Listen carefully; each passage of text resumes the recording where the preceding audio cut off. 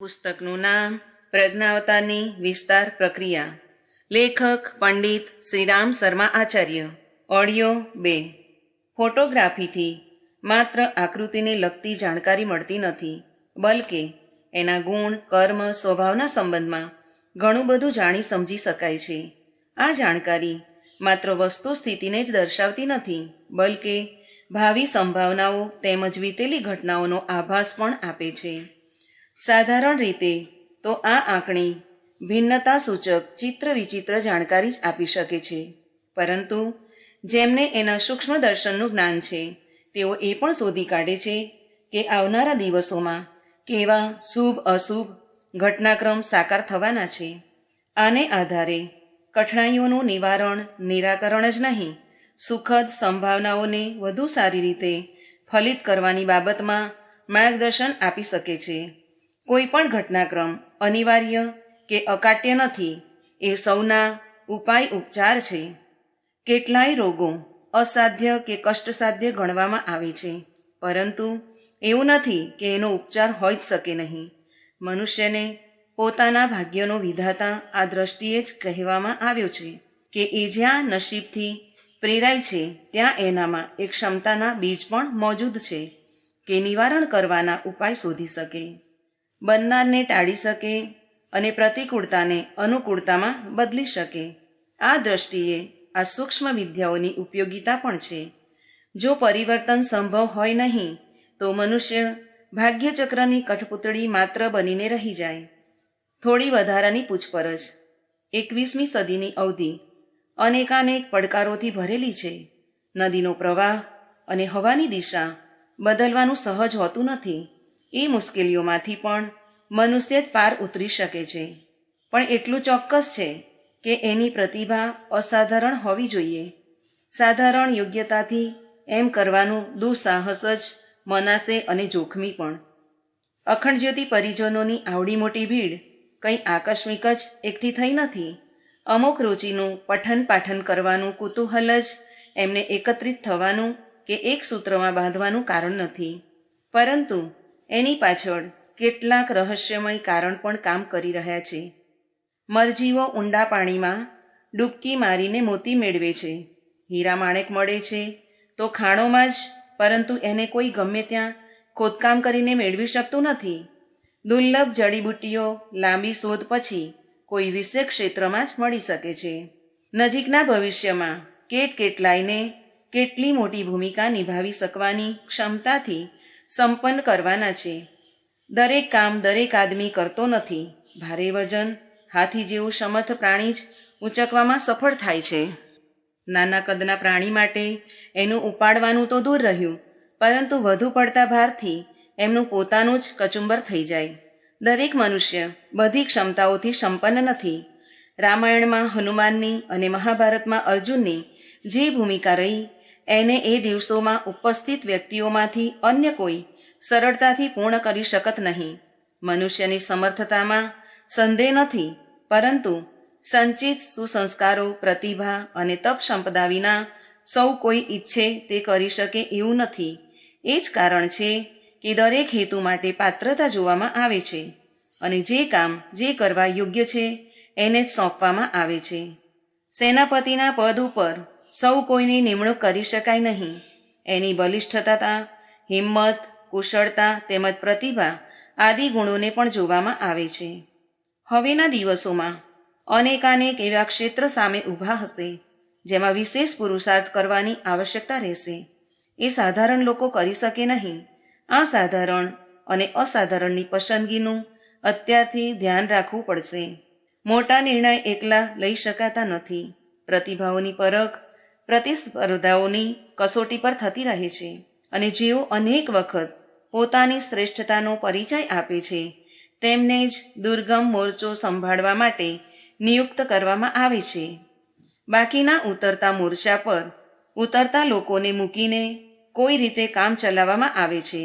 હવેના દિવસો આવી જ અનેક કસોટીઓ અને પડકારો સાથે લઈને આવી રહ્યા છે.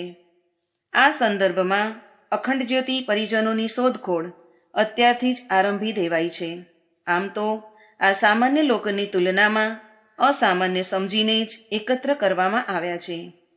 આ દિવસોમાં છીછરા સાહિત્યમાં છીછરા સ્તરના છીછરી અભિરુચિના લોકોને આકર્ષણ છે. એમને ઉત્કૃષ્ટતાનું મહત્ત્વ સમજવાનો ઉત્સાહ જ આવતો નથી.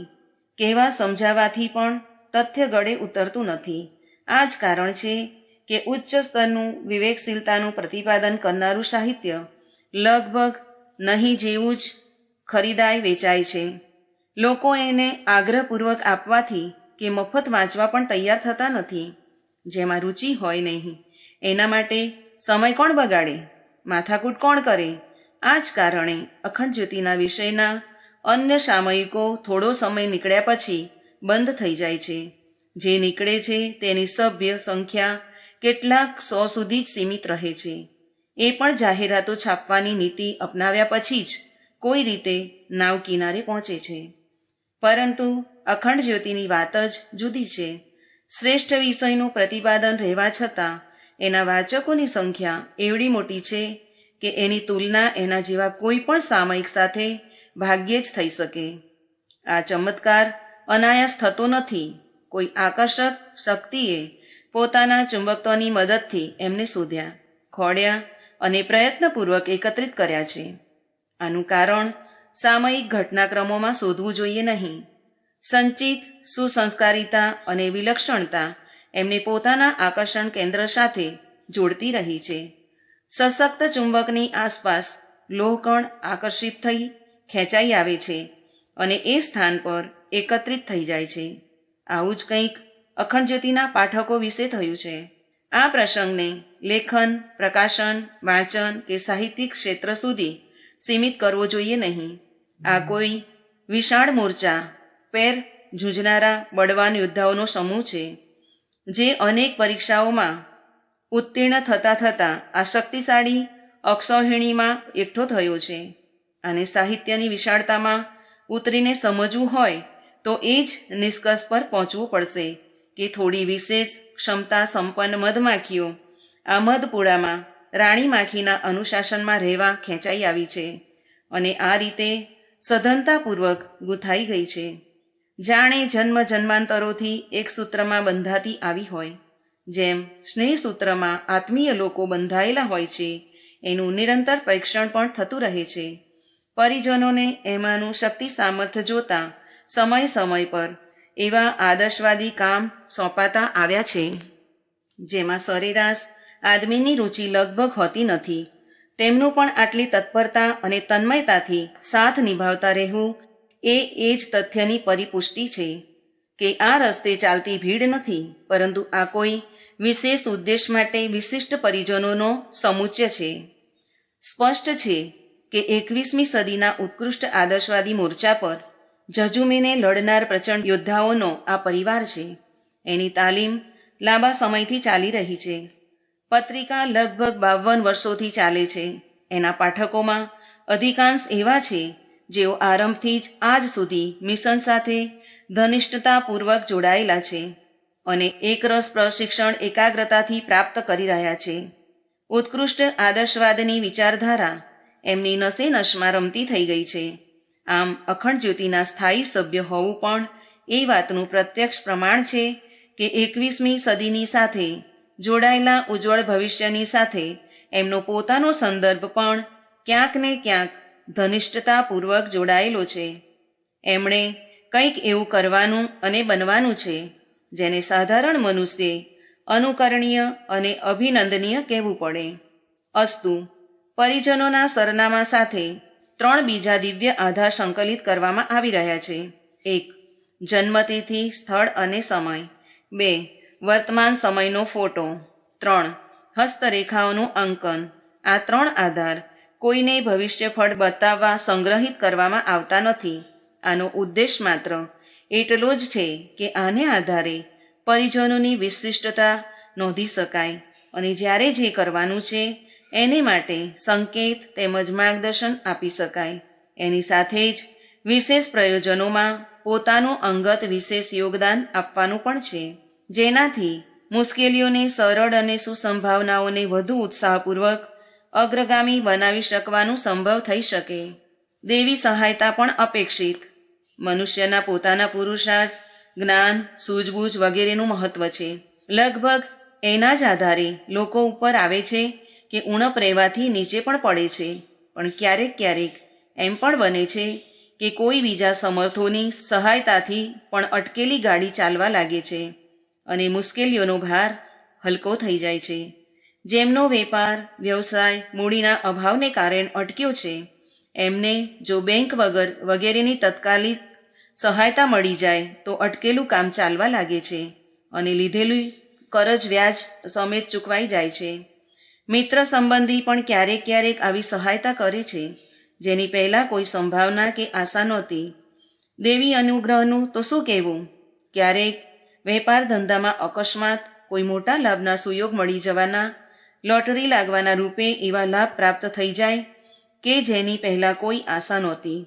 જ્યારે વરદાન ફળે છે તો એનો લાભ વિદ્યા, પૌરુષ વગેરેથી પણ વધુ મળી જાય છે. વારસામાં તેમજ દાન દક્ષિણાના રૂપમાં મળેલી ઉપલબ્ધિને પણ દેવી સહાયતાના રૂપે જ માનવામાં આવે છે.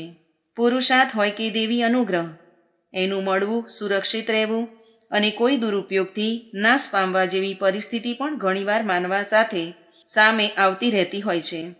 આ જ વાત તકલીફો, આપત્તિઓથી બચાવ થવાના સંબંધમાં પણ છે. ઘણીવાર પ્રયાસ, પરિશ્રમ પણ આમાં પોતાની ભૂમિકા નિભાવે છે. ઘણીવાર એમ પણ બને છે કે પ્રયાસ વિના અથવા ઓછા પ્રયત્નથી મોટા લાભ મળી જાય છે. સમય વિપરીત હોય, બધી વાતો ઊંધી પડતી જતી હોય અને ભરપૂર મહેનત તથા અપનાવાયેલી સૂઝબૂઝ પણ કામ આપતી નથી. ઘણીવાર તો સેવામાં આવેલી આશા કરતાં વિપરીત ફળ સામે આવીને ઊભા રહે છે. ખેડૂતનો વ્યવસાય એક બીજમાંથી 100 દાણા ઉત્પન્ન કરવા જેવો લાભદાયક છે. એમાં પણ ઘણી વખત અતિવૃષ્ટિ, કરા, હિમ, સખત ઠંડી, સંકટો વચ્ચે આવી જતા હોય છે, જેથી સંભાવનાઓ જે ગણિતના આધારે ધારવામાં આવી હતી એ સીધીને બદલે ઊંધી પડે છે. ઘણીવાર એનાથી ઊંધું પણ બને છે. દાવ સીધો પડી જાય તો એવી સફળતા પણ મળી જાય છે જેના વિશે ન તો કોઈ આશા હતી કે ન તો સંભાવના. જો કે આમ અપવાદ સ્વરૂપ ક્યારે જ બને છે, પરંતુ જો આવું બને તો એને અસંભવિત તો કહી શકાય નહીં. અપવાદ ભલે ઓછા હોય પણ બને છે અવશ્ય. આવા અપવાદોને દેવી કૃપા કે અનુગ્રહના નામથી ઓળખવામાં આવે છે. અકલ્પિત પરિણામોને ભાગ્ય યા સમયનું ચક્ર પણ કહે છે. કોઈ બાળકનું ધનવાન વર્ગમાં જન્મીને અનાયાસ જ વિપુલ ધનસ્વામી બની જવું તે કોઈ સિદ્ધાંત વિશેષ પર આધારિત નથી. આને ભાગ્યોદય જ કહી શકીએ. સંસારમાં એવા અનેક મનુષ્ય છે જેમને આરંભમાં શિક્ષણની, સંપદાની, પરિસ્થિતિની સર્વથા પ્રતિકૂળતા હતી, પરંતુ એક પછી એક એવા સુયોગ મળતા અને બનતા ગયા કે તેઓને પોતાના અસાધારણ કાર્યો અને પ્રયાસોમાં એક પછી એક મોટી સફળતાઓ મળતી ગઈ અને અંતે મૂર્ધન્ય સૌભાગ્યવાનોમાં ગણાયા.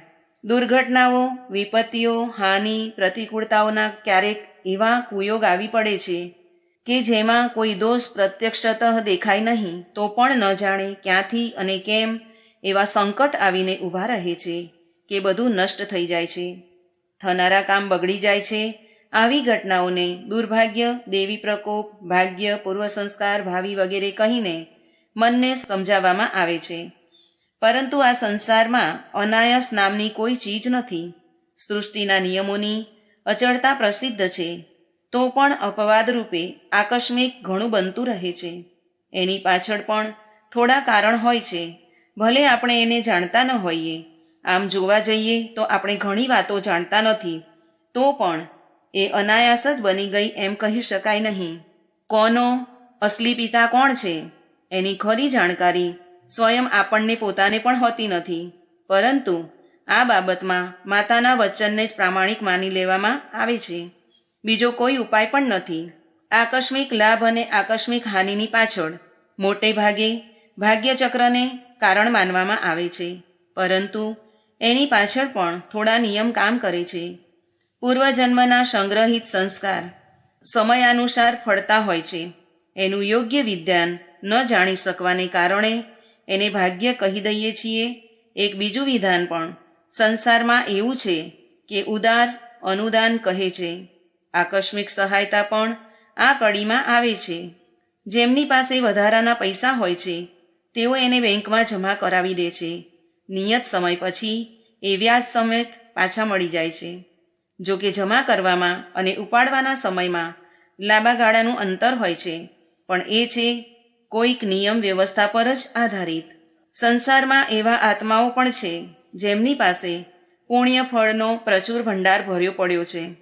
ધનને ઘરમાં રાખવાનું જોખમી ગણવામાં આવે છે, એટલે સુરક્ષા અને નિશ્ચિંતતાની દ્રષ્ટિએ એને બેંકમાં જમા કરી દેવામાં આવે છે.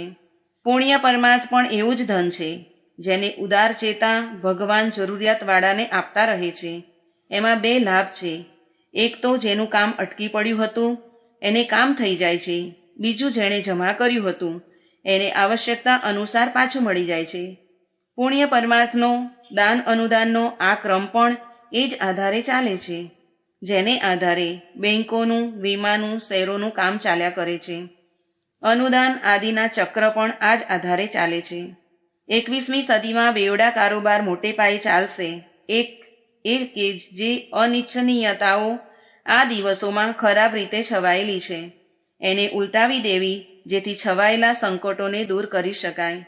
બીજું, નવનિર્માણની દ્રષ્ટિએ ઘણું બધું કરવાનું છે.